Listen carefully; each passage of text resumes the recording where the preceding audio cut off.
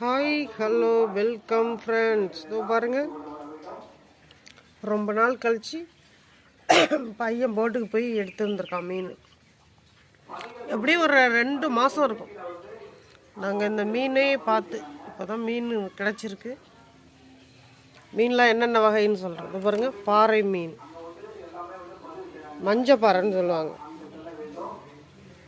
அடுத்து பார்த்திங்கன்னா கீச்சா மீன். கீச்சா மீன் இது பாருங்கள், மீன் ஃப்ரெஷ்ஷாக இருக்குது. ஃப்ரெஷ்ஷாக இருக்குது மீன்.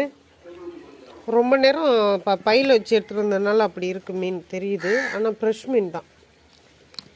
பாருங்கள், இதுவும் நல்ல ஃப்ரெஷ் மீன் தான் தெரியுது.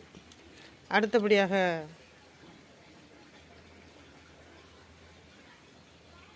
கத்தலை மீன்.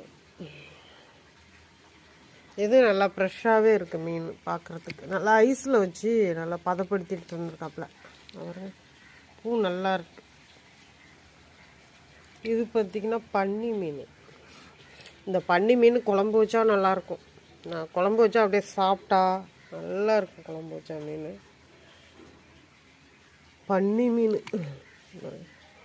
இந்த மீன் நல்லா ஃப்ரெஷ் மீன் தான். அது காவலையில் அழுக்கு இருக்குது. அதான் வேறு ஒன்றும் இல்லை.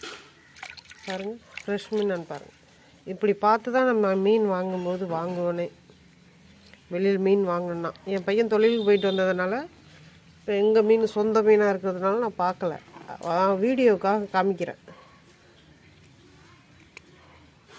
நல்லா ஃப்ரெஷ்ஷாக இருக்குது. அடுத்து இதை புளிச்ச கன்னி மீனுன்னு சொல்லுவாங்க. அப்புறம் கிளிசன்னு சொல்லுவாங்க. ஒவ்வொரு ஏரியாவுக்கு ஒவ்வொரு பேர் சொல்லுவாங்க.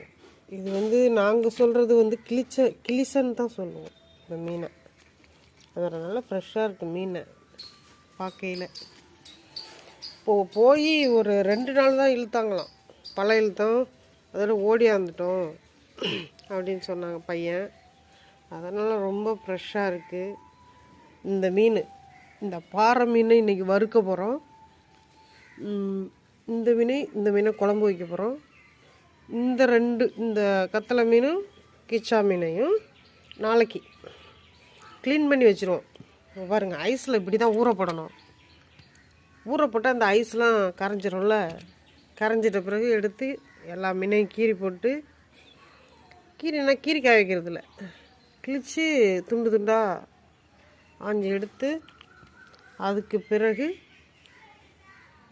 இந்த 2 மீனை மட்டும், இதையும் இந்த கடிச்ச மீன், கடிச்சன்னு சொல்லுவாங்க, கிச்சா